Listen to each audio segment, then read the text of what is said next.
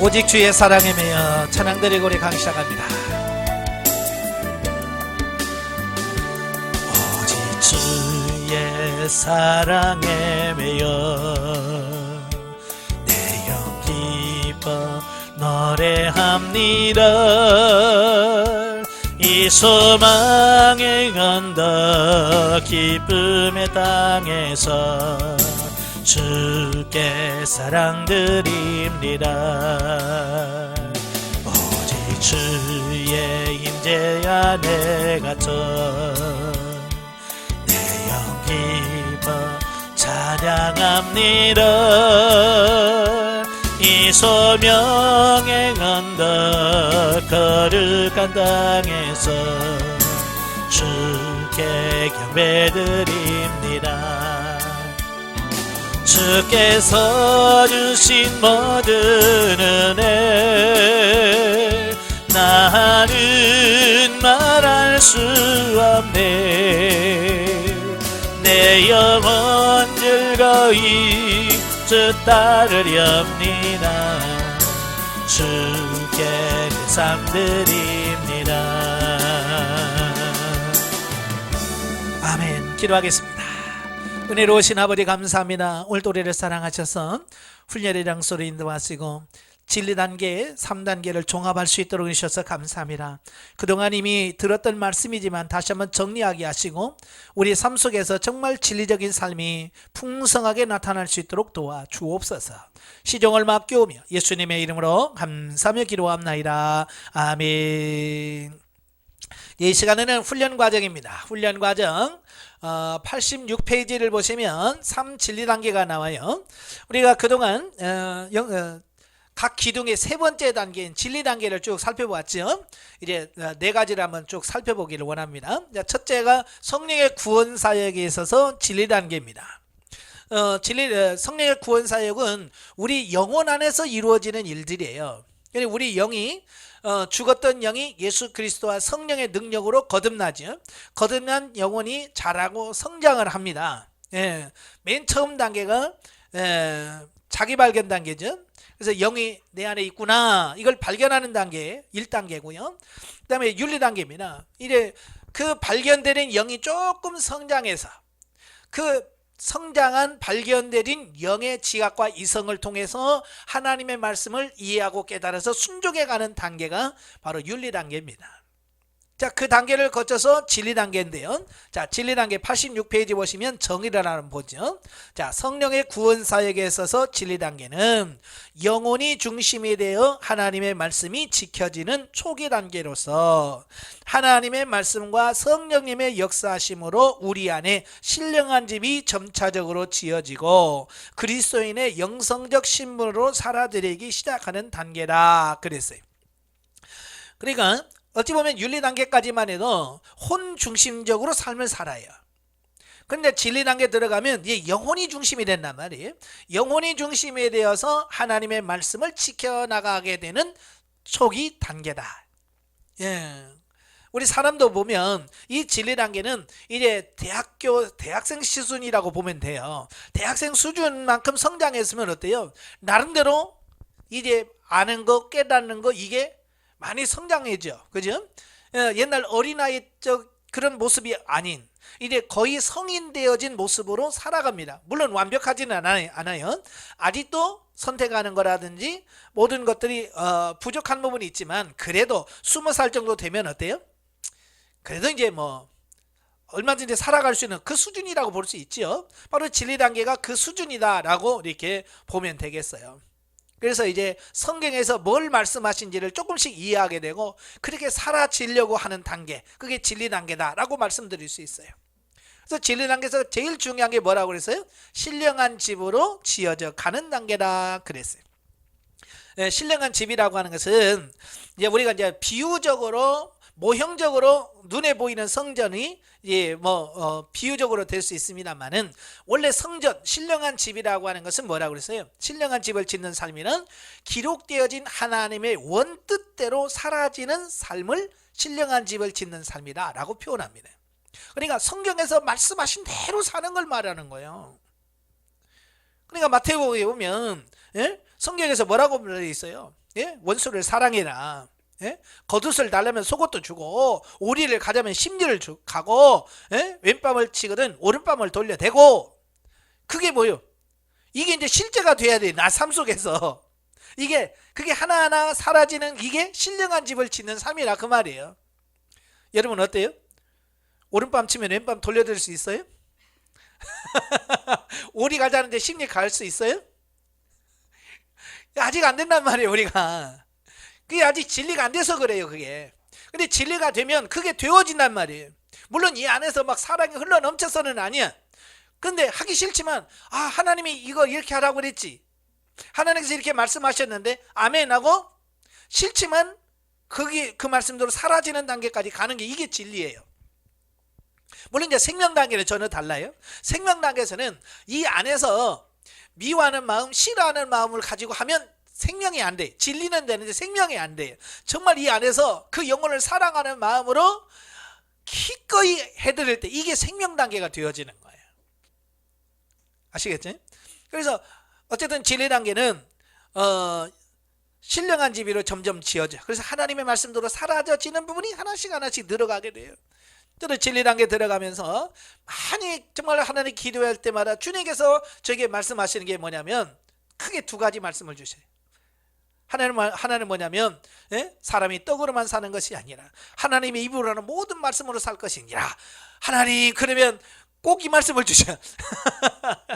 야, 네가 뭐는 거 아니야. 하나님 입에서는 말씀으로 사는 거야. 그래서 성경을 읽게 되고 그 말씀대로 살려고 노력하게 되고 지키려고 하게 되고, 자 그렇게 점점점 되어지더라고요. 그 다음에 하나가 시편 119편 105절 말씀이에요. 여호와의 말씀은 내 발의 등이요 내 길의 빛이니이다. 예, 내가 가는 모든 앞길을 인도하는 게 뭐냐? 그게 하나님의 말씀인 거예요.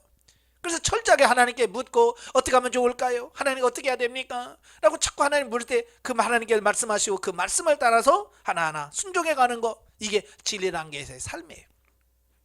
그러다 보니까 당연하게 뭐가 되냐, 이제 삶이 바뀌어지게 되고 내 영혼이 아름답게 변화되어져 가는 어떤 이런 모습을 발견하게 돼요. 그래서 이래 나도 이렇게 되네, 이제 이걸 깨닫게 되어지는 거예요. 예전에는 그렇게 머리로만 알았던 그거, 원수를 사랑해라, 아유 그걸 어떻게 해 그걸, 이렇게 되어지는데 어느 날 보면 진짜 되네, 이렇게 느껴질 때가 와요. 이제 실제가 되어진다는 거예요. 영적 실제가 되어지니까 그런 현상들이 나타나는 거거든요. 그래서 조금씩 성장해 가시면 저절로 될 줄로 믿습니다.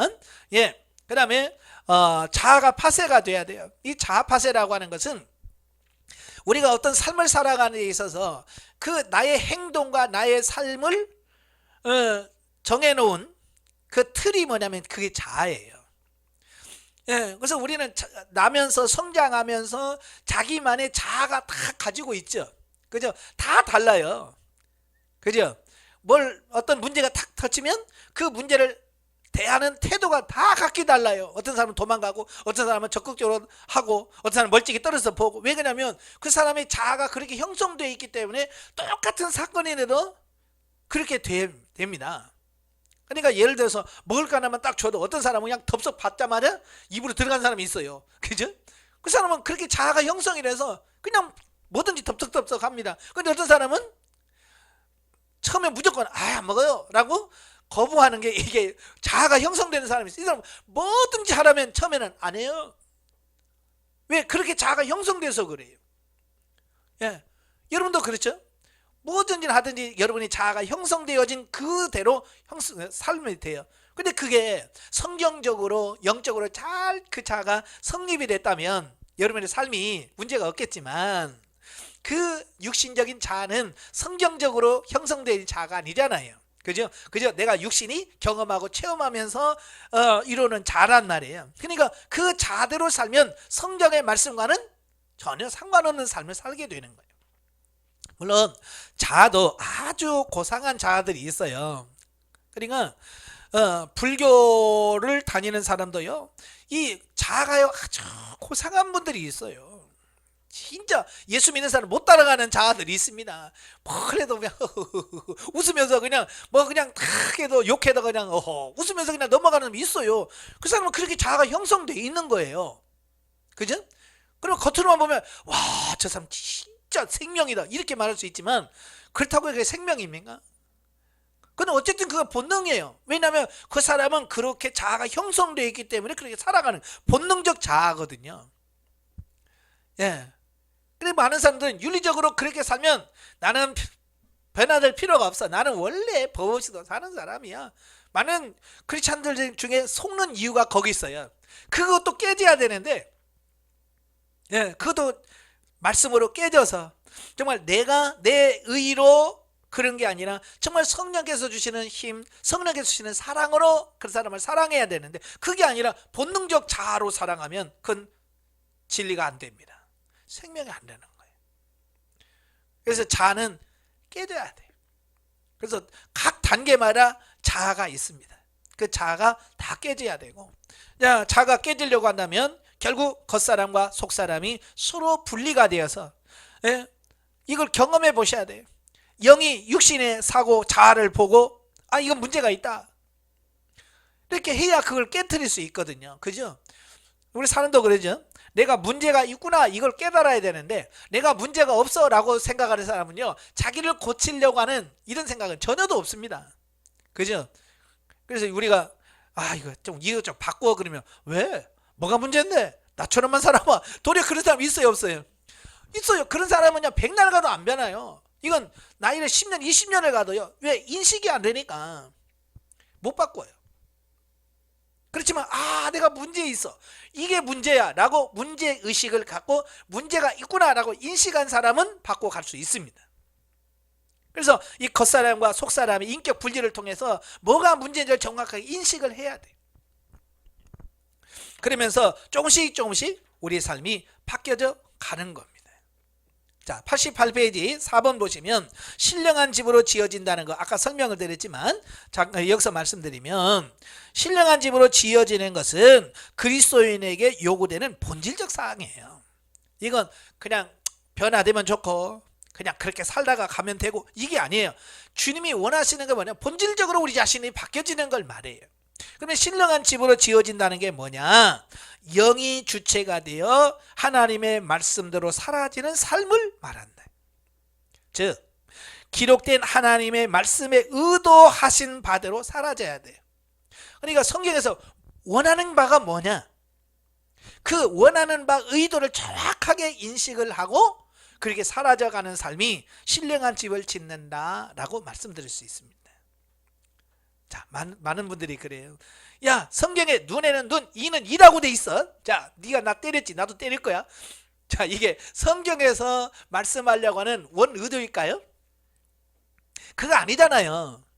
그러니까 많은 분들이 오해하는 게 그런 거거든요. 자, 성경에 봐 이렇게 나왔지, 창세기 1장에 이렇게 나왔지, 봐라 너 죽었어 이러면 안 되는 거예요.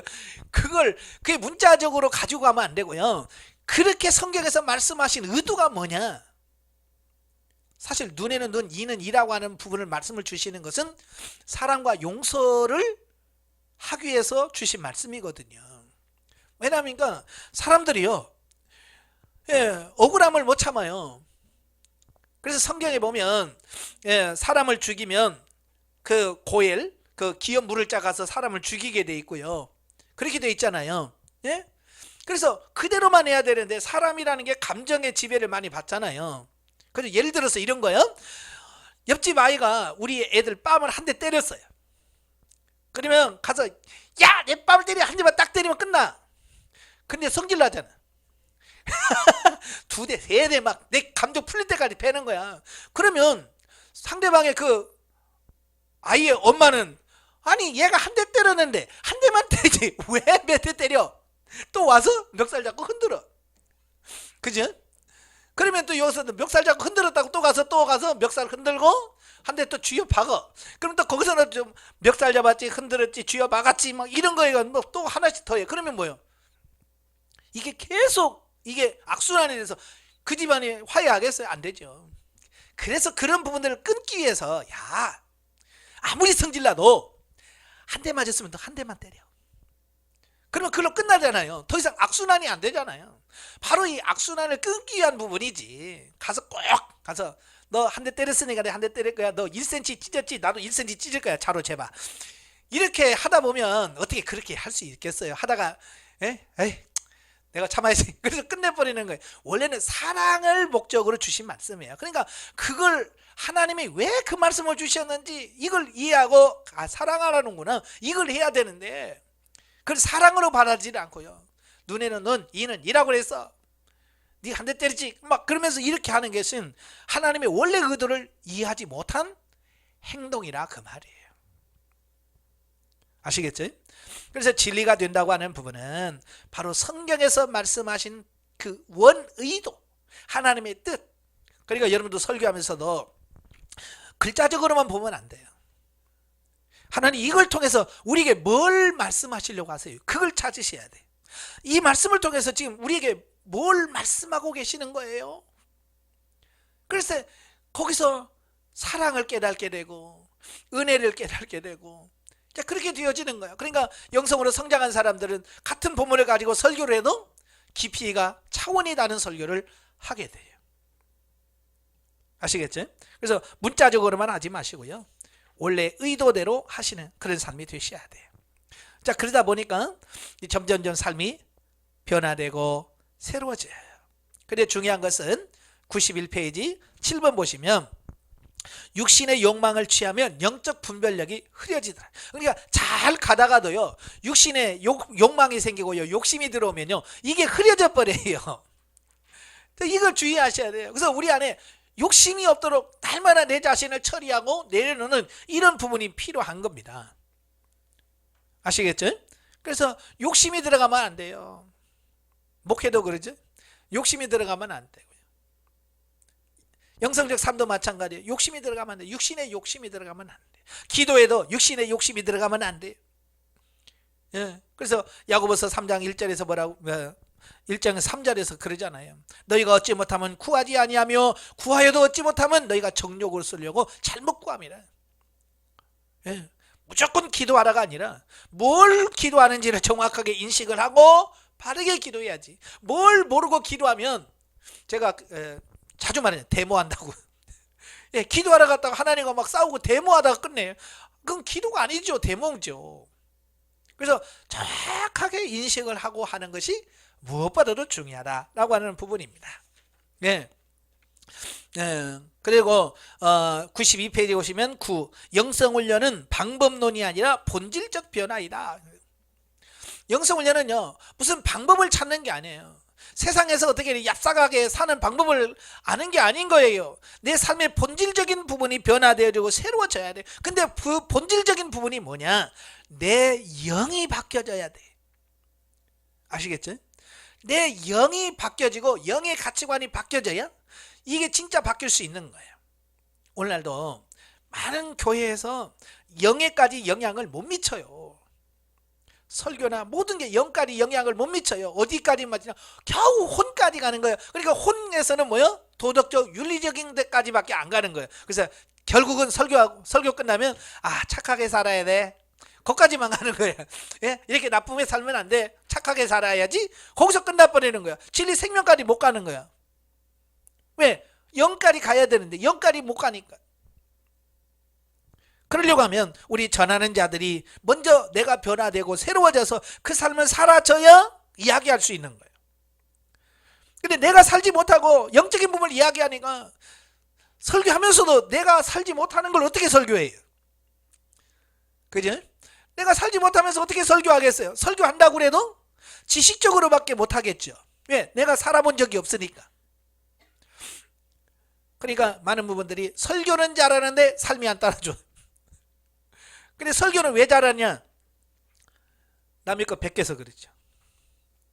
그렇지 않아요? 내 삶 속에서 하나님과 1대1의 관계 속에서 하나님 어떻게 설교하기를 원하십니까? 이 성경의 본 뜻이 뭡니까? 이걸 통해서 뭘 말씀하시려고 하세요? 라고 하나님께 질문하면서 찾아서 해야 되는데 그렇지 않고 남이 해놓은 것 그냥 뺏겨서 이렇게 쭉 하면 굉장히 지식적으로 잘할 수 있죠. 예, 산뜻하게 잘할 수 있습니다. 그러나 그게 뭐예요? 내가 살질 않으니까 내게 안 되죠. 내 것도 안 되고 듣는 사람도 마찬가지예요. 공허한 소리밖에 안 되는 거예요. 그러니까 교회에서 아이고 은혜 받았습니다. 감사합니다. 그래놓고 무슨 말씀을 했는지도 기억도 안 나요. 한번 여러분 성도들 한번 질문해 보세요. 설교하고 나서 오늘 설교 기억나는 거 있냐고 물어봐요. 물어봐봐요. 웃어요. 웃고 왜 기억나는 게 없는데 뭐. 예. 내가 살지를 못하면서 삶 속에서 살지 못하고 지식적으로만 전하니까 예, 나도 못 사는 걸 성도들이 어떻게 삽니까? 그렇잖아요. 그렇잖아요. 목사가 못하면서 성도들에게 하라고 그러는데 그들이 목사도 못하는 걸 성도들이 어떻게 하겠어요? 설교는 내가 하면서 해야, 내가 살면서 해야 돼요. 그래야 진짜 설교가 되는 거예요. 예, 내가 기도하면서 기도하라고 그래야 기도가 되지. 나는 기도 안 하면서 맨날 기도하라고 하니까 다 머리로 알아. 기도해야 돼. 기도해야 돼. 다 알아. 그런데 실제로 기도할 때 가면 기도가 안 돼. 왜냐하면 목회자가 기도 안 하면서 가르쳤거든요. 그러니까 성도들도 그 지식으로만 이해하지 삶을 안 받아요. 그러니까 목회자가 정말 강대상에서 기도하면서 몸부림 치면서 기도하시라고 그러면 그게 진리로 받아들여 생명으로 그들에게 전달이 되는 거예요. 그때 그게 뭐예요? 받아들이게 되고요. 그래서 실제로 살게 되어지는 이런 부분을 보게 되는 겁니다. 자, 성전 건축 짓는 부분을 이제 10번에 보면 신령한 집을 짓는 부분을 구약의 학개서를 통해서 짓는 부분에 대해서 설명을 하잖아요. 구약은 예표예요. 그림자예요. 구약의 성전 짓는 것은 오늘날 신령한 집을 짓는 하나의 모형이에요. 모형. 예. 그래서 예전에 학개가 지은 그런 모습을 보면서 오늘날은 이런 눈에 보이는 성전이 아니라 눈에 보이지 않는 신령한 집을 짓는 것이 오늘날 우리의 현실이구나. 이걸 아셔야 돼요. 근데 이걸 깨달지 못하니까 목회자들의 소원은 뭐예요? 교회 하나, 건물 하나 짓는 거, 그걸 막 어떤 삶의 목표를 삼아요. 그래서 내가 어떡하더니 내 이름으로 내가 교회 하나 지놓고 내가 죽을 거야. 예, 교회 짓는 건 나쁘다는 얘기 아니에요. 지세요. 지지만 그게 목적이 되면 안 되고요. 설령 어떤 눈에 보이는 건축을 지었다 할지라도 그게 정말 하나님이 인정하는 정말 신령한 집을 짓는 것과 다르다는 얘기예요. 그건 문자적으로만 이해한 거예요. 문자적으로만. 그럼 문자적으로만 이해하면 안 돼요. 신약 성경에 보면 성전 건축하라고 하는 말 어디 나와요, 안 나와요? 신령한 집을 지으라는 말은 나와도 눈에 보이는 성전을 건축하라는 말은 없습니다. 안 나와요. 그러면서 영적인 집을 지어야 된다. 우리 몸이 곧 성전이다. 그런 말은 많이 나와요. 신약시대 와서 이 성전의 개념이 바뀌었다고 하는 것. 그러니까 이제 짓는 재료가 다르죠. 예, 눈에 보이는 성전은 돌, 지금 말하면 콘크리트, 시멘트, 철근 이런 거 있어야 짓잖아요. 근데 신령한 집은 그런 재료로 짓는 게 아니고 하나님의 말씀이 재료예요. 말씀이 재료.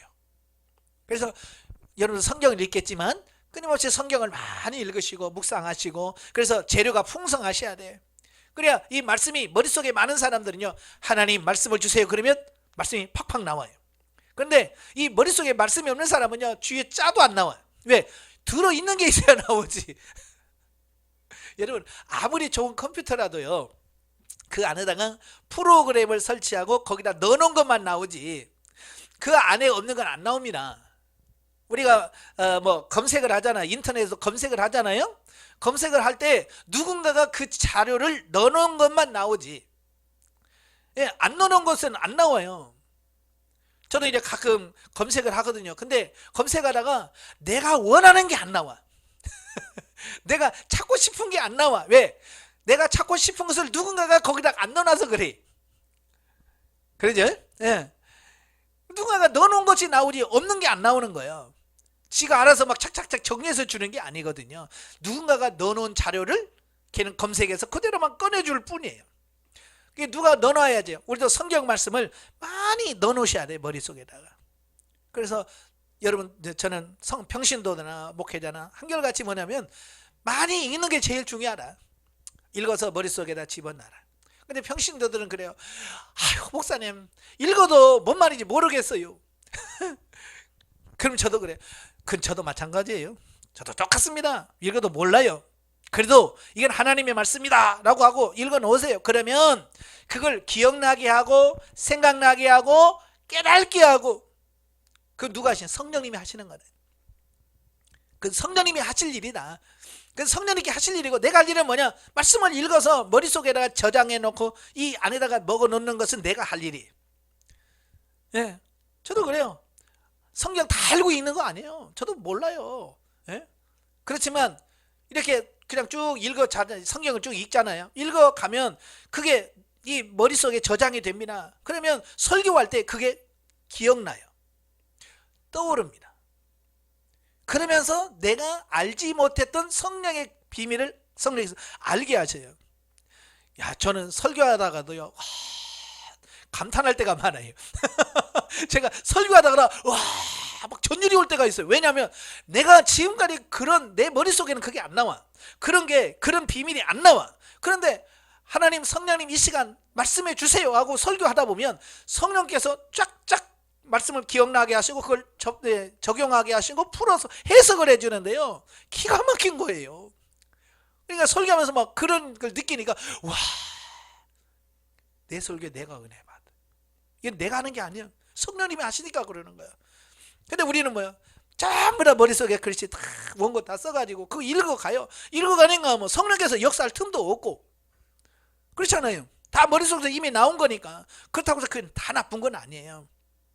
기도하면서 했으니까 그 부분은 나오지만 정말 그 순간순간 생생하게 하나님께서 성령께서 던지시는 이 부분은 느끼질 못하는 이런 부분을 보게 돼요.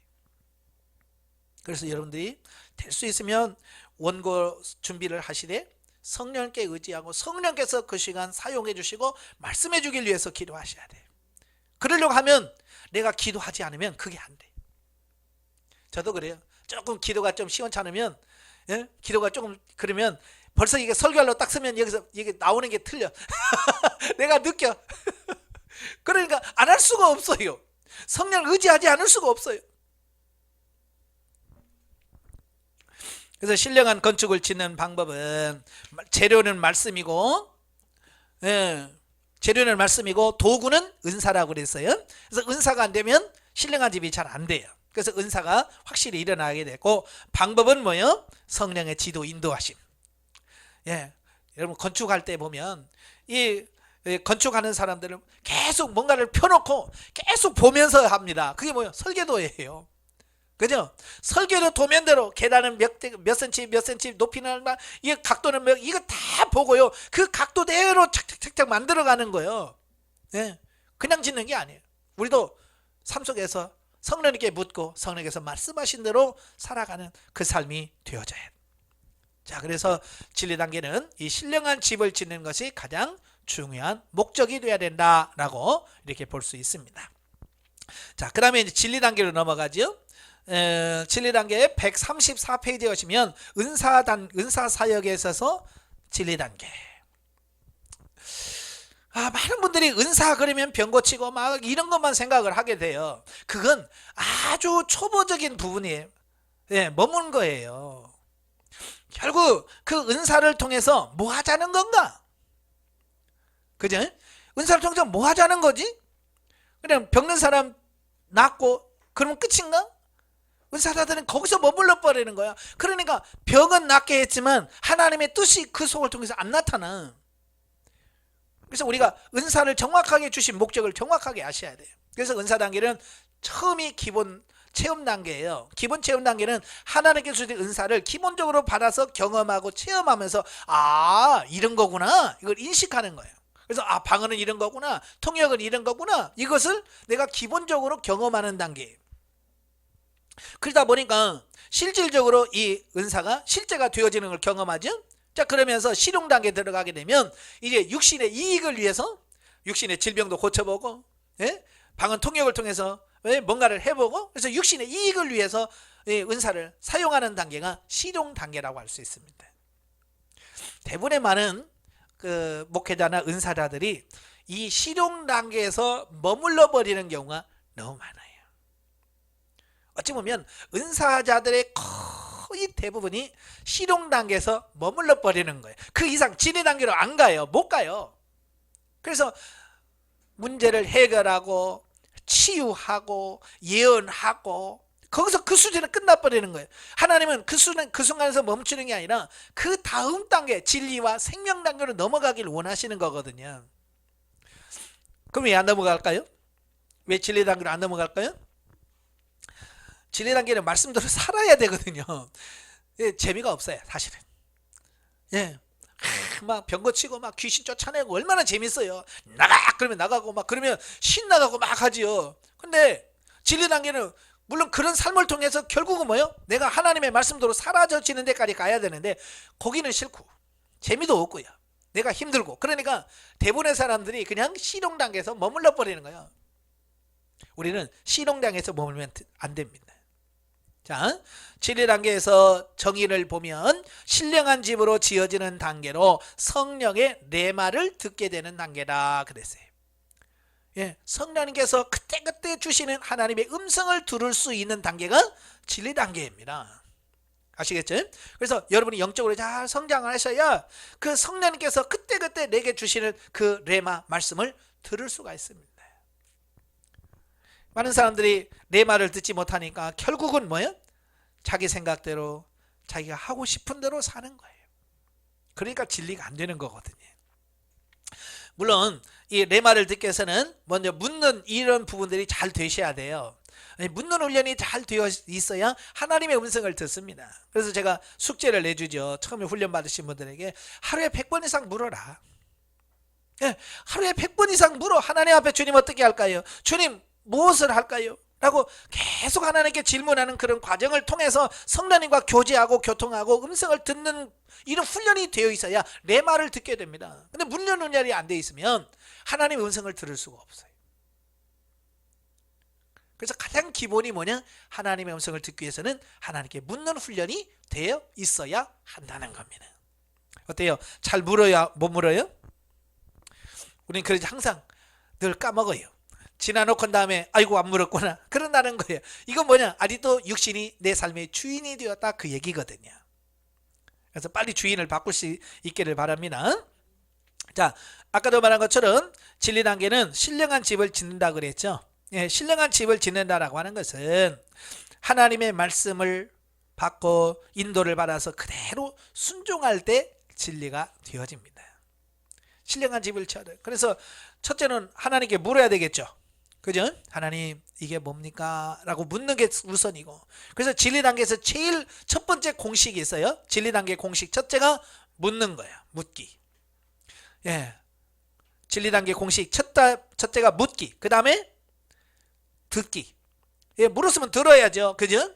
예, 그 다음에 세 번째가 믿기. 믿어야 돼요. 그게 하나님의 말씀이라고. 많은 사람들이요 음성까지 들어놓고도요 뭐라고 하냐면 대부분이 내 생각이겠지? 이건 내 생각일 거야 라고 그걸 하나님의 말씀으로 안 믿어. 그러니까 안 믿으니까 네 번째가 순종이 해야 되는데 순종이 안 가요.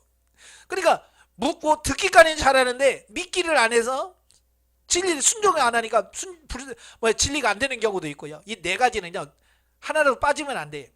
순서가 빠져도 안 되고 건너뛰어도 안 되고, 예, 다 그대로 돼야 됩니다. 첫째 묻기, 듣기, 믿기, 순종하기. 이게 되어야 진리가 된다. 아시겠죠? 그래서 철저하게 물으셔야 되고 음성을 들으셔야 돼요. 예, 그러다 보니까 그렇게 살다 보니까 어때요? 136페이지 2번 보면 진리 단계에서 신령한 집을 짓는 것과 신부단장하는 일이 병행된다 그랬어요. 그래서 신부단장하는 삶은 삶의 변화라고 그랬어요. 자, 이렇게 하나님께 묻고 듣고 믿고 순종하다 보니까 어때요? 어느 순간 내 삶에서 조금씩 변화된 모습이 나타나는 겁니다. 진짜 성경에 말씀하신 대로 사랑이 되고 용서가 되고 심는 것이 되고 이렇게 되는 거예요. 하나씩 되어지는 겁니다. 예. 그래서 신부단장하는 삶이 자연스럽게 따라온다라고 하는 것을 보게 돼요. 예. 자, 넘겨서 138페이지 보시면 신령한 집을 짓는 방법과 목적, 아까 다 설명을 드렸죠. 재료는 말씀이고 도구는 은사고, 그 다음에 방법은 성령의 지도 인도 성령의 지도 인도라고 이렇게 말씀을 드렸어요. 그러니까 이 중에 뭐라도 빠지면 안 되는데 재료가 없으면 부실 공사가 되는 거고 도구가 없으면 공사 자체가 불가능하고 방법을 모르면 제대로 될 수가 없지요. 그러나 은사적인 부분에서는 은사적인 진리 단계는 뭐라고 그랬어요? 말씀이 도구라고 그랬죠. 그래서 도구를 잘 활용하셔야 돼. 만약에 예를 들어서 이런 거요. 집에 좋은 도구가 있는데 내가 사용할 줄을 몰라. 그건 의미가 없죠. 아마 여러분 집에 컴퓨터 있죠. 근데 내가 컴맹이야. 그러면 그 집에 그 기가 막힌 컴퓨터가 있어도 아무 쓸모가 없어. 그냥 방만 차지하고 있지 아무런 내게 도움이 안 되는 거예요. 그러나 쓸 줄 아는 사람은 그게 정말 훌륭한 도구가 되어지는 거예요. 마찬가지예요. 방은 받았지만 쓸 줄 모르면 의미가 없고 예언을 줬지만 예언할 줄을 모르면 아무 의미가 없는 거예요. 그래서 빨리 방언을 주었으면 방언을 하고 방언을 사용해서 이 나라 기초 방언에서 나라 방언으로 또 그게 하나님과 교체하는 교체 방언으로 이렇게 점점 바뀌어져야 돼요. 그래서 그게 실제가 돼야 되고 통역도 마찬가지고요. 이걸 빨리빨리 활용하셔야 돼요. 전에도 말씀드렸지만 이 장롱 면허들이 너무 많아요. 면허증만 가지고 있지 차를 못 몰아.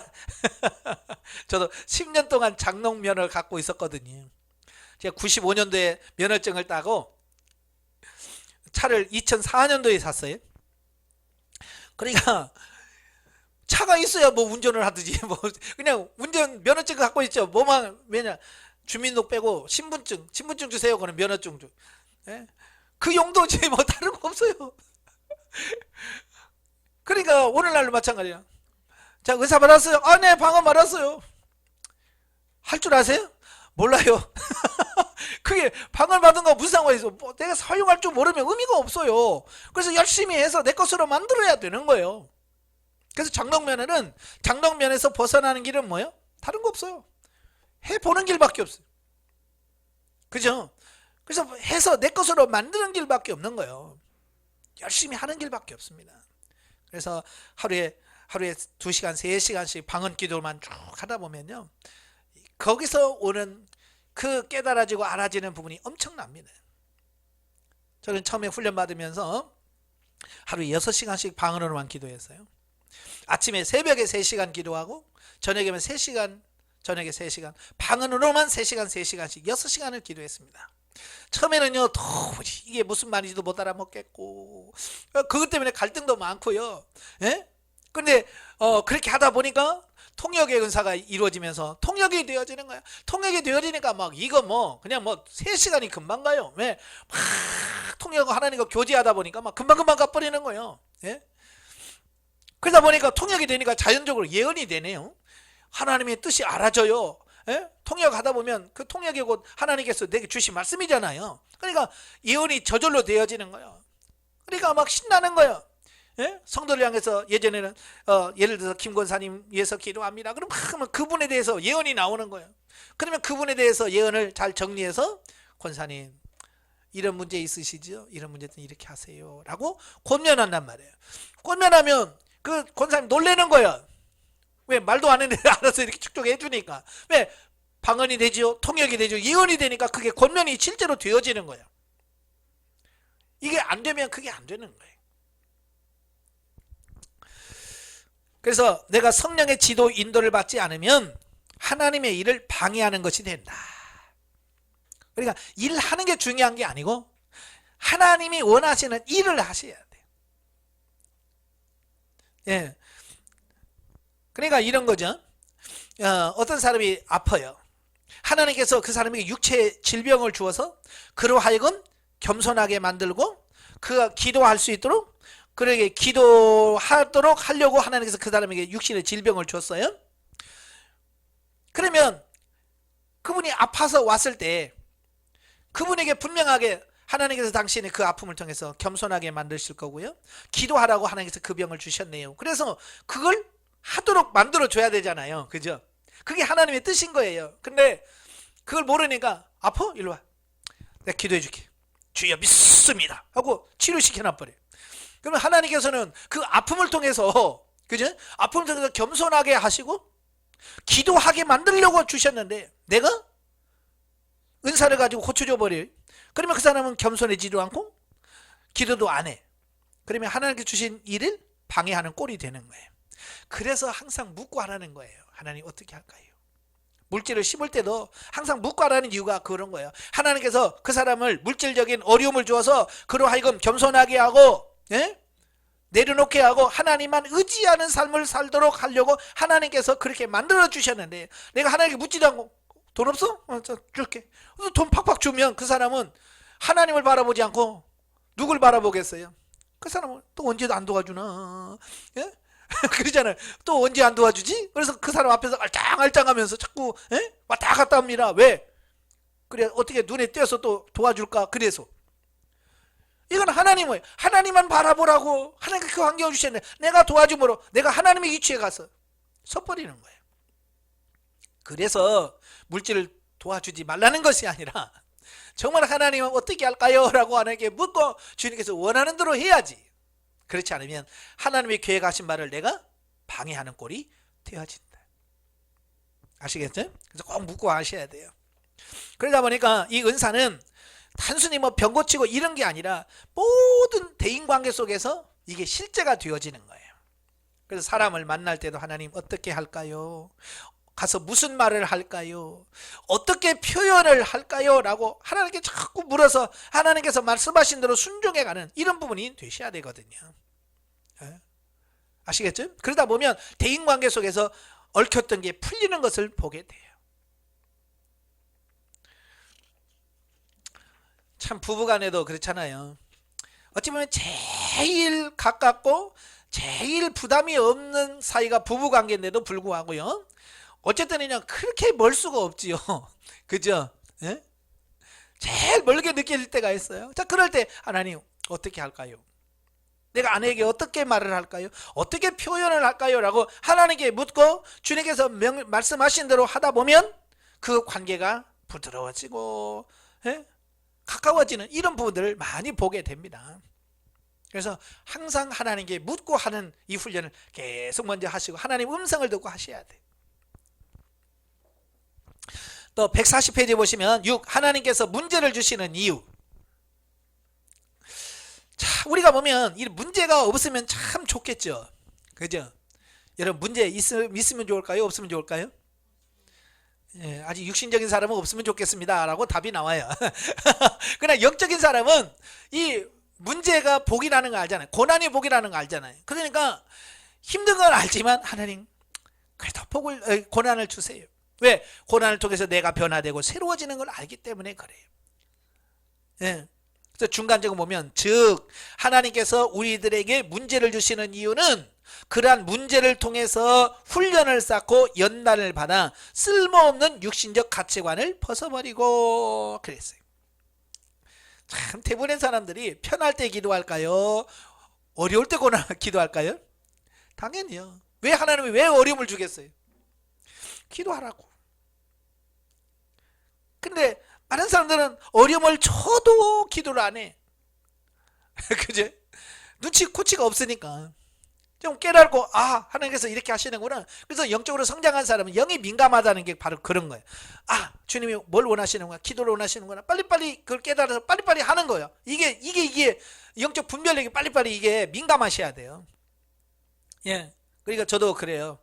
예전에는 그게 참 느껴지지 않았거든요.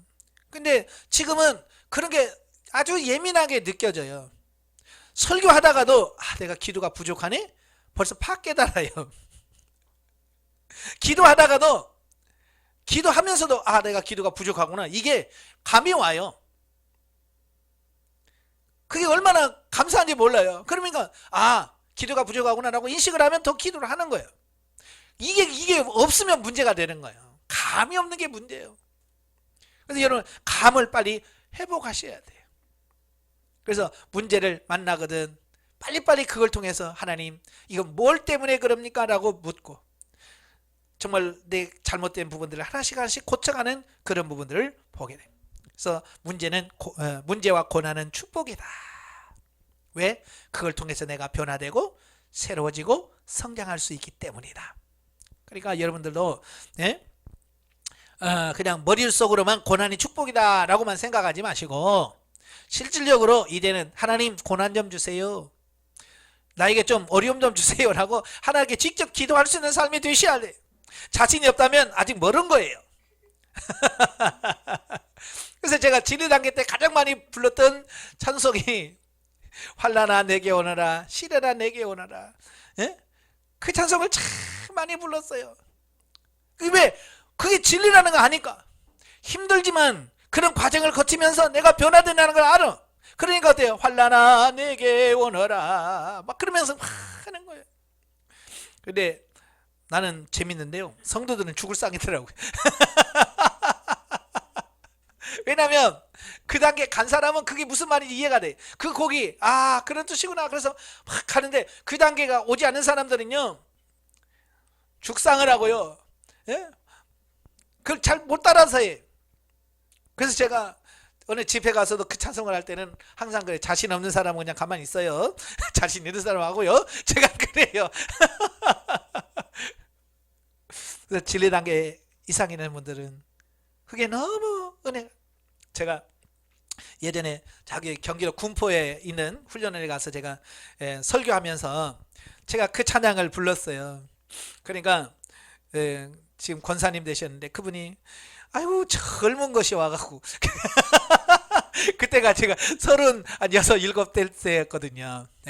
36, 7대 이제 막 강사로 이제 나가서 강의도 하고 기도 인도하고 이제 그럴 때니까 가서 제가 막 큰 찬송 부르니까 그랬대요. 그분이 그래. 나중에 와서 젊은 목사가 와가지고 환난 내게 오너라 시련을 오는데 지금 나도 지금 미쳐 죽겠는데, 자기는 지금 고난 때문에 미쳐 죽겠는데 지금 어떻게든 영성훈련 받아가지고 고난을 벗어날까 어떻게. 그런데 와가지고 부르니까 제가 미웠대요. 저거 철딱선이 없어가지고. 그게 무슨 말이야? 자기도 힘들어 죽겠는데. 근데 나는 환난아 내게 오너라 시련은 내게 오랬으니까 그분의 입장에서 얼마나 내가 미웠겠어요. 근데 나중에 그분이 좀 성장해서 그걸 의미를 알고 그게 너무 진리 단계 들어서 자기가 와보니까 그게 그렇게 큰 찬송이 좋더라는 거야. 그리고 그분이 누군가 했더니 저라고. 그래서 제가 안양에 개최가 있을 때 그분이 와가지고 간증을 하면서 내가 그랬다고. 목사님 제가 미워한 사람이라고. 근데 지금은 너무 좋다고. 왜냐면 그 단계에서 통과하지 못한 사람은 그게 이해가 안 되는 거예요. 근데 성장해서 그 통과해 본 사람은 그 맛이 얼마나 좋은지 아니까 그걸 하나님 앞에 감사하면서 고난을 사모하게 되는 이런 부분들을 보게 돼요. 그러니까 아직 그 단계에 이르지 않은 사람이 뭐 욕심내서 뭐 고난 주세요 그런다고 해서 하나님이 주실지는 않아요. 하나님 내가 다 뭐 내 사정을 다 아시고 내 수준을 아시는데요. 뭐 만약에 여러분 이사를 하는데 5살짜리 해가지고 아빠 냉장고 나한테 줘요, 내가 들고 갈게. 알았다. 냉장고 줄 부모 있어요 없어요? 그런 부모 있다면 어디 가야 돼. 이게 제정신이 아니죠. 그죠? 5살짜리가 아빠 내가 냉장고 나를게. 그럴 때 어떻게 해요? 야 됐어 너 이거 날러. 그래서 그 아이가 들 수 있는 거 달라고 해서 다 주는 거 아니에요. 그가 들을 수 있는 거 조그마한 하나씩 이거 갖다 날러 이거 가네 그러잖아요. 아무리 달라고도 안 줍니다. 왜? 그 아이가 들 수 있는 수준을 아니까. 내가 아무리 달라고 해도 하나님 받아 주면 넘어질 거 뻔히 아는데 줄 하나님이세요? 하나님은 그 정도로밖에 안 봅니까?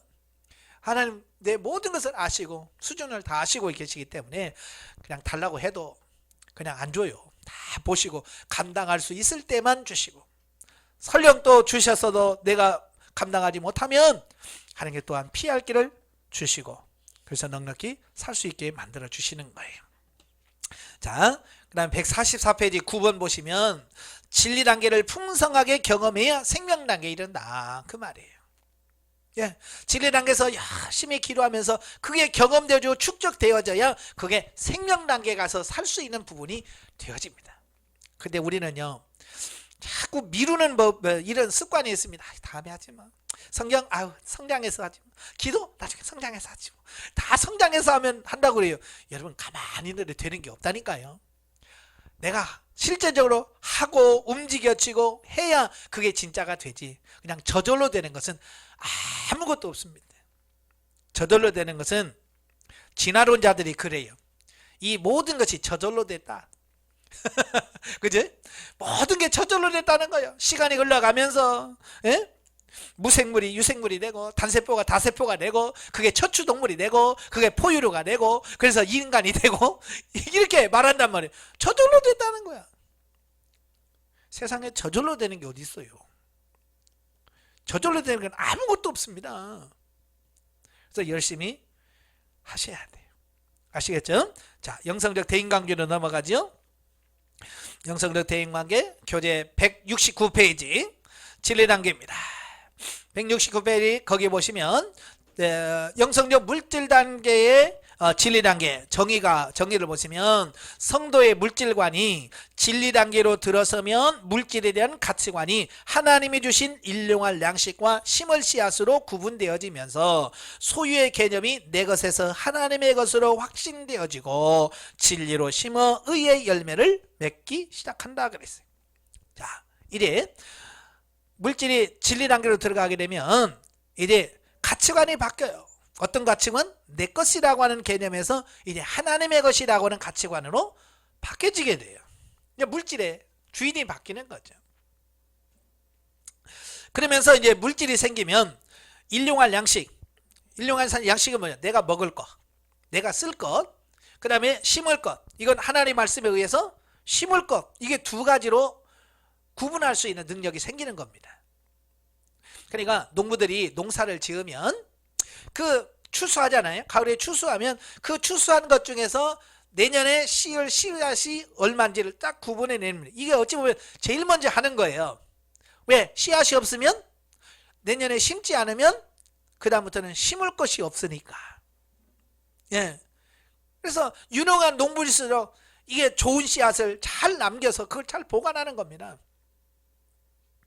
그러니까 예전에 그 전쟁 같은 데 보면 막 그 점령군들이 가가지고 식량을 뺏어가잖아요. 그죠? 식량을 막 뺏어갑니다. 그때 이 농부들이 목숨 걸고 지키는 게 뭐냐면 씨앗이에요. 그죠? 땅속에 묻어놓든지 어떻게든 지킵니다. 왜? 씨앗을 지켜. 왜? 그래야 내년에 농사를 지어서 먹고 살 수 있으니까. 그 씨앗마저 뺏기면 이제는 굶어 죽을 수밖에 없어요. 예. 그래서 씨앗이 그렇게 중요한 겁니다. 근데 우리는 씨앗이 얼마나 중요한지를 몰랐어요, 지금까지. 그죠? 그래서 있으면 있는 대로 쓰고, 그냥 쓰고 싶으면 쓰고, 그러면서 그렇게 살았단 말이에요. 그래서 이제는 진리 단계에 들어가면 심을 것과 먹을 것이 분명하게 구분되어지는 그런 단계가 온다. 그 말입니다. 자, 그래서 이래, 철저하게 하나님께 묻고 물질을 심는 어떤 이런 훈련이 되셔야 됩니다. 그런데 바뀌었다고는 하지만 그 가치관이 바뀌었다고는 하지만 아직도 진리 단계는 뭐가 남아있냐? 아직도 육신적인 욕심 이런 게 많이 남아있어요. 그래서 하나님의 뜻에 순종하면서도 참 그게 100% 안 됩니다. 그래서 우리는 적당하게 타협을 자꾸 시도합니다. 예를 들어서 이런 거요. 하나님께서 야 누구한테 100만 원 심어라. 그러면 우리는 하나님의 타협합니다. 하나님 100만 원 좀 너무 많은 것 같습니다. 50만 원으로 이렇게 안 되겠습니까? 우리는 하나님에 대해서 자꾸 이렇게 딜을 합니다. 네. 딜하지 마세요. 네. 딜하지 마시고 그냥 하나님께서 말씀하신 대로 순종하면 하나님께서 거기에 따라서 은혜를 베푸시고 복을 주셔요. 하나님께서는 심고 거두는 법칙이라고 그랬잖아요. 170페이지 보시면 심고 거두는 법칙은 이건 변하는 게 아니에요. 이건 내가 심은 것만큼 거두는 거야. 많이 심으면 많이 거두고 적게 뿌리면 적게 거두고. 하나님께서 많이 심으라고 하시는 이유는 뭐예요? 많이 주겠다는 얘기거든요. 이걸 아셔야 돼요. 많이 심어. 이건 내가 많이 줄게 이 말인데 우리는 좀 줄이면 안 될까요? 이 말은 무슨 말이야? 나 조금만 받겠습니다. 그 얘기가 같은 거거든요. 여러분 어때요? 많이 심고 많이 받으실래요? 조금 씻고 조금 받으실래요? 당연히 다 많이 씻고 많이 받으셔야지. 근데 왜 딜을 해요? 우리가 많이 받으려면 하나님께서 야 100만 원만 심어라. 하나님 100만 원 갖고 되겠어요. 근데 1000원 심어야 되지 않을까요? 이래서 형 하나님과 이런 딜은 해도 돼. 근데 욕심으로 하면 안 돼요. 네, 욕심으로 많이 심다고? 100만 원 심으면 뭐 1000만 원 심을까? 팍 심으면 그것도 안 돼요. 네, 왜냐면 밭이 한마디기 심는데 예를 들어서 씨앗이 한 마리다. 그러면 한 마디에게 한 말만 있으면 되지. 많이 심으면 된다고? 한 마디에게다가 10마리를 심어봐. 어떻게 돼요? 그때 농사 망하는 거예요. 이건 많이 거두는 게 아니라 다 망해서 나중에 열매 하나도 없어요. 왜냐면 너무 듬듬 딱딱딱 붙어가지고요. 이게 자라지도 않고요. 열매도 못 맺힙니다. 그래서 항상 방법이 중요한 거예요. 농부들은 항상 심는 방법이 있어요. 그래서 그 두룩이라고 그러죠. 이게 이렇게 만들잖아요. 그것도 다 정해져 있어요. 몇 센치 간격으로, 몇 센치 넓이로 이걸 해야 된다는 그들만의 노하우가 있습니다. 그래서 그 방법대로 해야 돼요. 근데 욕심하면서 이거 줄여가지고 말이죠. 따닥따닥 붙여놓으면 잘 될 것 같지만 안 되는 거예요. 예. 저도 예전에는 아니 이렇게 좀 바짝바짝 심으면 더 많이 날 거 아니냐. 그렇잖아요. 예를 들어서 50cm 간격으로 심어라. 그러면 농부들은 50cm 간격으로 심습니다. 근데 농사 접은 경험 있는 사람은 너무 멀어. 좀 줄이지 뭐. 그러면 더 많이 심으면 더 많이 날 거 아니야. 그래서 30cm로 줄여요. 그러면 더 심잖아요. 그러면 더 많이 거둘 것 같은데 그렇지 않아요. 왜냐하면 식물들도 생존 경쟁을 합니다. 그죠? 뿌리를 내려서 얘가 적당하게 이렇게 뿌리를 뻗어서 거기서 영양분이나 수분을 빨아들여서 사는 거거든요. 근데 옆에 따닥 붙으면 얘하고 경쟁하는 거예요. 옆에 있는 나무하고 경쟁하는 거예요. 더 멀리 더 깊이 이거 막 파고 들어가지고 거기만 신경 쓰느라고 정작 중요한 열매를 맺는 걸 잊어버려요. 식물들은 그런데요. 그래서 적당한 간격을 딱 띄워줘야 짝 뿌리 내리면 내가 할 일 열매 맺는 거지. 그래서 거기서 쫙 뽑아서 열매 맺는 일을 막 하니까 열매를 잘 맺는 거예요. 그러니까 충실하고 잘 열리는 거예요. 근데 욕심 따라 따락따락 붙이면 나중에 캐보면 뿌리만 잔뜩 뻗어 있어요. 예, 뿌리만 무성하고요. 진짜로 열매는 없어요. 그러니까 방법대로 심으셔야 돼요. 그래서 항상 하나님께 하나님 어떻게 할까요? 라고 이렇게 묻는 것이 중요합니다. 그래서 아까운 마음 갖지 마시고요. 하나님께서 감동을 주시면 그냥 즉각 순종하십시오. 예. 저는 훈련할 때도 정말 하나님께서 감동만 주시면 순종했어요. 지금도 마찬가지예요. 지금도 많은 분들이 목사님 어떻게 살아요? 저 그런 말을 많이 듣거든요. 왜? 그분들이 보면 살 것 같지는 않은데 사니까 어떻게 살아요? 이제 그런 말을 많이 해요. 그런데 저는 지금도 심으면서 살아요. 예, 지금도 심으면서 살아. 금년에 들어와서도 1월 달에 100만 원 심었고요. 지난달에도 2월 달이죠. 2월 달에도 100만 원 심었고요. 하나님께서 심으라고 하면 그냥 심어요. 중요한 게 하나님께서 심으라고 할 때는 나중에 이걸 심어 놓으면 나중에 거둘 때가 있어서 그때 필요할 거니까 미리 하나님께서 심어 놓으라고 하는 거거든요. 그죠? 농사 오늘 심었다고 내일 거두는 거 아니잖아요.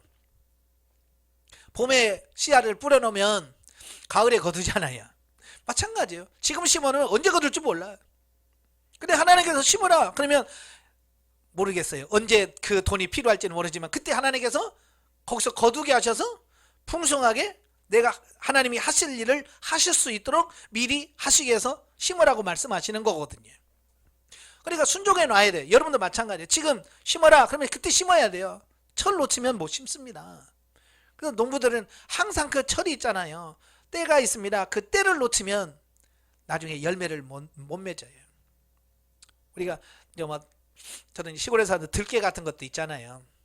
들깨 같은 거 심고 모종하는데 너무 늦게 심으면 가을이 되면 다른 건 열매 맺어서 새카매지는데 얘는 그때 꽃피고 앉아 있어. 설이 내릴 때 그러잖아요. 키만 멀 때까지 커가지고요. 네? 꽃피고 앉아 있어. 설이 내리면 팍 삶아지거든요. 그럼 뭐 이거요. 열매 하나도 못 맺고 끝내버리는 거예요. 이 시기라고 하는 게 그래서 중요한 거예요. 그래서 농부들은 시기를 놓치면 안 돼요. 그러니까 하나님께서 말씀한 언제까지요? 그 시기를 정확하게 맞춰서 딱딱 심어놔야 그게 언제 거둔다는 거 알잖아요. 저희 어머니 이제 돌아가셨지만 예전에 보면 휴가가 언제냐 꼭 물으셔요. 여름에 휴가가 언제냐 물어요. 그러면 8월 며칠부터 며칠이에요. 그러면 저희 어머니 가서 밭에다가 옥수수를 심을 때 거기다가 며칠 되면 옥수수가 열린다는 걸 아시니까 그걸 맞춰서 옥수수를 심는 거예요. 예. 그걸 못 맞추면 그 휴가 때 가지고 옥수수 하나도 못 먹고 올 때가 있어요.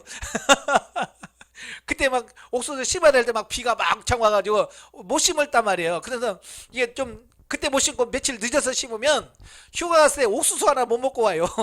예, 그 시기를 못 맞추면 그렇게 된다고요. 그러니까 우리 어머니 항상 언제가 휴가냐. 그래서 그 휴가에다가 맞춰서 그것도 또 빠르고 좀 날씨가 좋으면 좀 빨리 익을 수도 있고 늦게 익을 수 있으니까 그 전부터 일주일 먼저 심고 그 다음 일주일 심고 그래서 이걸 다 조절합니다.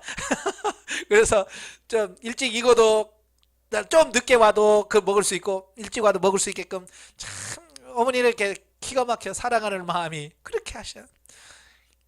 하나님도 여러분들의 필요를 따라서 이건 내년도에 쓸 거야 하고 심어 놓게 하시고 이건 10년 후에 너 열매 쓸 거야 하고서 심어 놓게 하시고 자 그래요. 그러니까 훈련 받을 때는요 10년 후 20년에 받은다고 그러면 그게 안 느껴지잖아요. 그래서 훈련 받을 때는요 즉각 효력이 많이 나타납니다. 그러니까 아침에 심으면 저녁에 거두고 오늘 심으면 내일 막 거두고 막 그래요. 예, 그래야 내가 그걸 바로바로 인식을 해야 이걸 하니까. 그런데 이제 성장하고 생명력에 들어오게 되면 그게 잊어버려요. 언제 심었는지 언제 거두는지 거기에 관심이 없어요.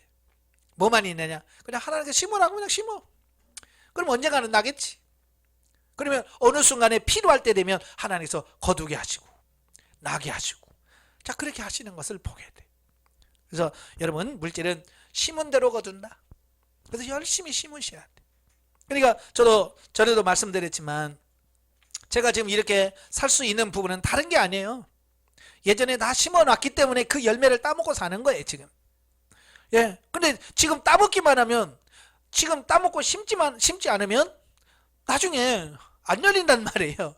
그러니까 제가 지금도 따먹으면서 계속 하나님께서 말씀하실 때 심으라 그러면 심어야 돼요. 그래야 결핍함이 없는 거예요. 계속 그게 유지가 되어지는 이 부분을 보게 돼요. 그래서 이거 원리를 정확하게 아시기를 바래요. 예.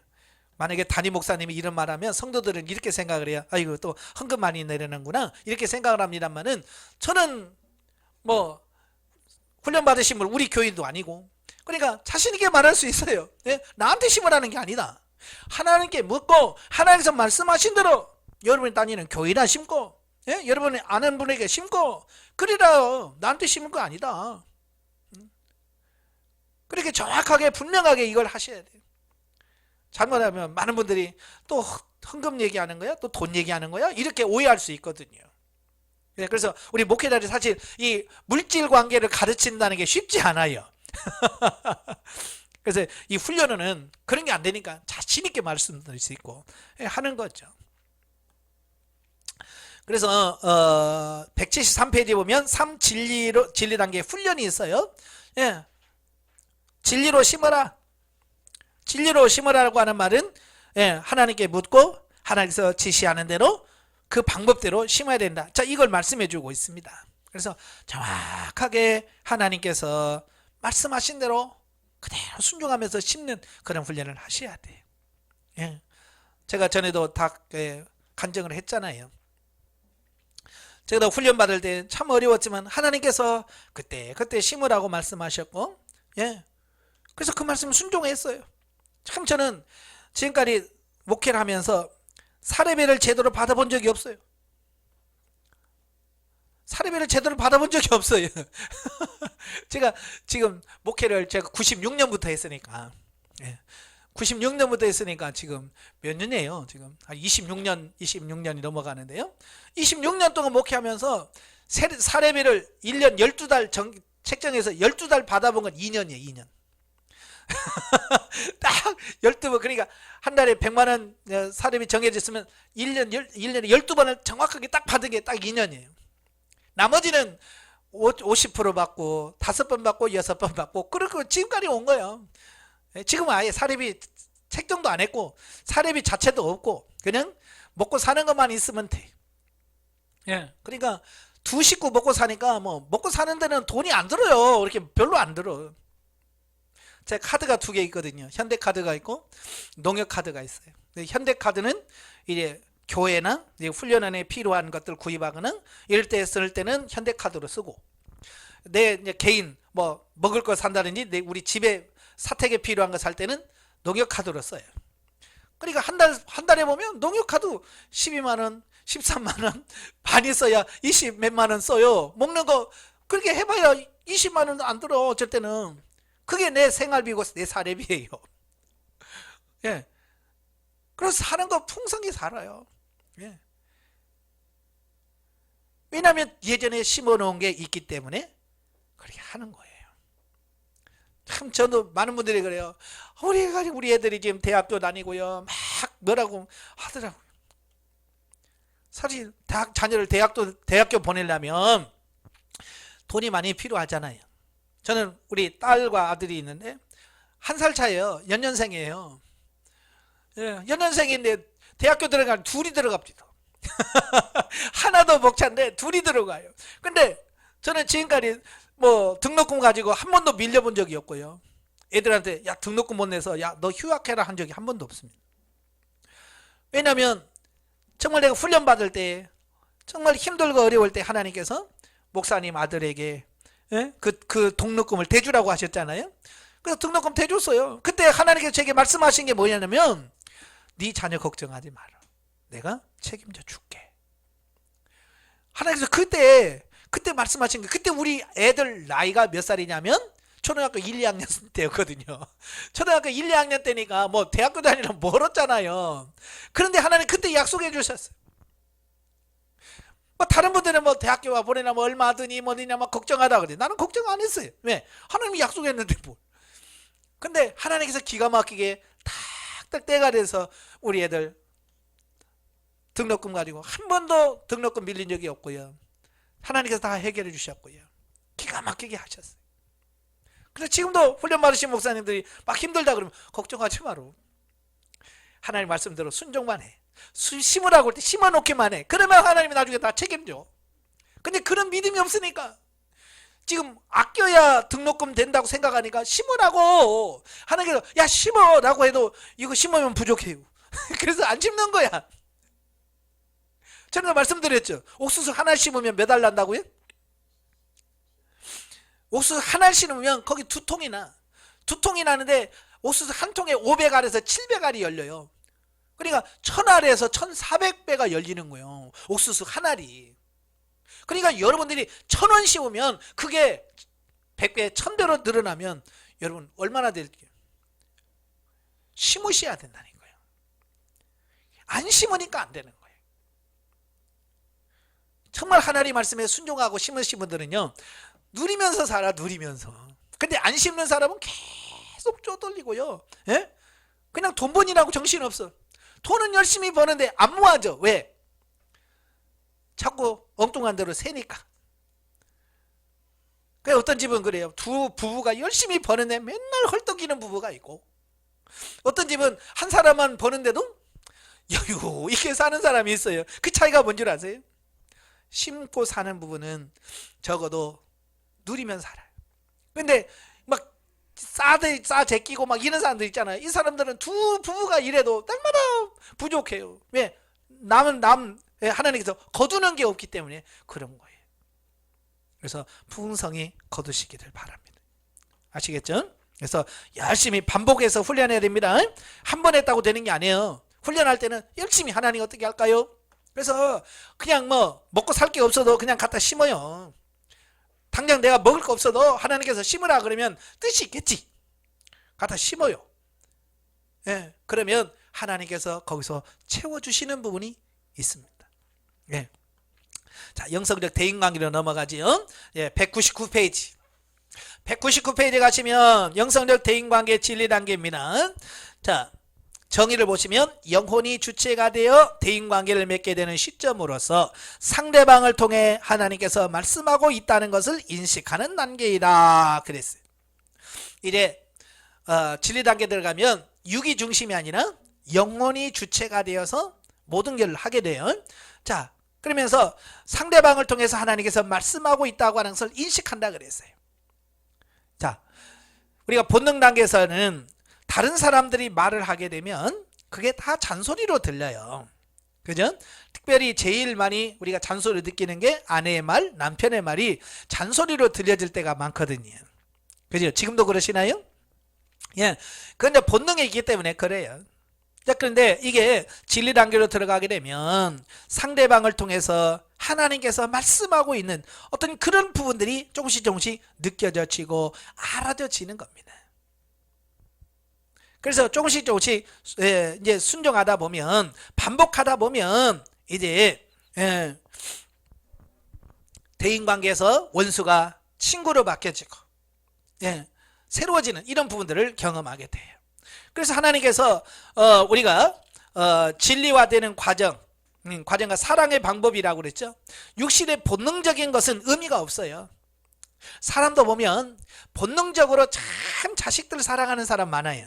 그죠? 예수 안 믿어도요, 자식이라면 진짜 끔찍한 사람들 많아요. 예? 가끔 보면 그러잖아요. 예?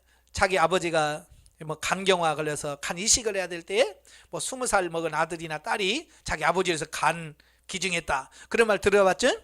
뭐 심장 기증도 하고 하잖아요. 얼마나 사랑 그렇습니까? 근데 그게 진리적인 사랑일까요? 본능적인 사랑이란 말이에요. 그게 본능이란 말이에요. 본능에서 나온 거예요. 진리라고 하는 것은 뭐냐? 하나님의 말씀대로 순종하면서 사랑하는 걸 말합니다.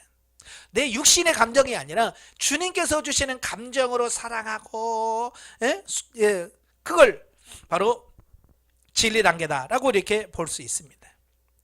그래서 본능적인 것은 뭐냐면 이뻐서 사랑하는 것, 이건 본능적인 거야. 가끔 보면 부부가 나와서 막 그러잖아요. 아내가 뭐가 좋아? 이쁘잖아요. 그러잖아요. 이뻐서 사랑하는 거 누구나 할 수 있는 거예요. 이쁘면 다 뭐 누가 못해요. 근데 문제는 뭐냐? 미웠을 때 사랑할 수 있겠느냐는 거죠. 하나님이 원하는 게 바로 그런 거예요. 이뻐서 사랑하고 이뻐서 좋아하는 것은 누구나 할 수 있는 거예요. 이건 본능적인 사람도 할 수 있고, 이건 죄인도 할 수 있다는 거예요. 예수님이 그러잖아요. 야, 죄인들도 자식 사랑한다. 자식이 떡을 달라는데 돌멩이 주고 생선 달라는 뱀 줄 부모가 어딨냐. 악한 자들도 안 그렇다. 그렇죠. 예, 그 흉악한 강도들도 지 새끼는 사랑하고요, 지 새끼한테 좋은 거 주려고 하잖아요. 이게 본능인 거예요. 근데 그것 갖고는 안 된다는 거예요. 정말 사랑할 수 없는 사람을 사랑하는 거예요. 미워할 수밖에 없는 사람을 사랑하는 거예요. 이게 진짜 사랑이라고 하는 거예요. 여러분, 참 남편이 이렇게 꼴 보기 싫을 때가 있잖아요. 아내가 꼴 보기 싫을 때가 있고요. 여러분 없어요? 저도 가끔 있거든요. 그럴 때 하나님 이걸 어떻게 할까요? 이걸 어떻게 할까요? 자, 그렇게 하나님께 질문하고, 자, 그럴 때 정말 밉지만 하나님, 그래요, 사랑할 수 있기를 원합니다. 왜냐하면 주님께서 사랑하라고 붙여주었기 때문에 사랑하기를 원합니다. 그리고 밉지만 사랑하려고 하고 사랑하고, 그래야 그게 진리적인 사랑이거든요. 예, 자식도 이쁜 짓만 하는 자식 누구나 사랑해. 근데 자식이 미운 짓만 골라서 해. 근데 주님 뭐라고 그래? 그래도 사랑해라 그러시거든요. 왜? 진리적 사랑으로 우리를 끌어가시려고 그렇게 하시는 거예요. 그래서 진리적 단계 가면 이 파트너가 등장을 하지. 이 파트너가 등장을 해서 굉장히 우리를 힘들게 할 겁니다. 왜? 우리를 진리로 우리를 만들어 가기 위해서 하나님께서 훈련하시는 겁니다. 예, 그래서 그 파트너가 역할을 잘 해줘야 내가 잘 변할 수 있습니다. 그래서 보면 부부간에 보면 참 역할 잘해줘요. 그죠? 부부간에 역할 진짜 잘해줍니다. 하나님께서 100이라는 역할 주면 100 이상을 해요. 그래서 부부간이 서로 파트너 간에서 열심히 훈련을 잘 합니다. 예? 그래서 그 부부간에 그 파트너를 통해서 자기 자신이 깨지고 녹아지고 자 그렇게 되어지는 거예요. 그래서 그 기능을 그 파트너의 사역을 잘 감당할 수 있는 우리가 되셔야 돼요. 그래서 파트너는 나에게만 있는 게 아니에요. 나에게만 있는 것이 아니라 나도 누군가의 파트너가 되어질 수 있다는 거. 우리는 하도 나 중심이니까 나만 힘들게 하는 사람 누구 나빠 하지만 누군가의 나도 나쁜 사람이 될 수 있다는 거예요. 그죠? 나는 참 착한 사람이라고 하지만 누군가는 나에게 저 사람 이런 사람이 있다 그 말이에요. 그렇죠? 예, 친구들 모임 가운데 가면 그러잖아요. 부부간에 가서 모이면 그러죠. 야, 니네 남편 진짜 니네 남편 같으면 내가 업어주겠다 그러잖아요. 그럼 뭐라 그래? 야, 같이 살아봐 너. 자, 이게 다르다는 거예요. 느끼는 게 다르면 다 달라. 보는 게 관점이 다 다르고요. 왜 그러면 다른 사람은 다 좋다고 하는데 왜 나만 살아봐 그렇게 나올까요? 다른 사람은 파트너가 아니기 때문에 그래요. 그죠? 내 남편이 뭐 친구 뭐 파트너 될 일이 거의 없죠? 뭐 돈 빌려서 떼먹었다면 모를까? 보통 보면 뭐 남편하고 내 친구의 뭐 친구가 원수 될 일이 별로 없잖아요.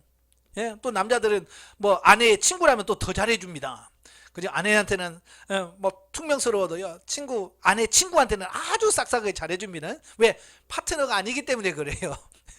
여러분도 그러죠? 파트너가 아닌 사람한테는 진짜 상냥하게 잘합니다. 근데 파트너 딱 만나면 얼굴 돌아가죠. 왜? 파트너니까 그런 거거든요.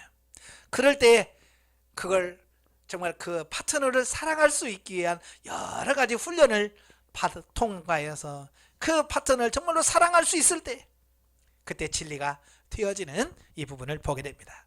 제가 지난번에도 간증을 했죠.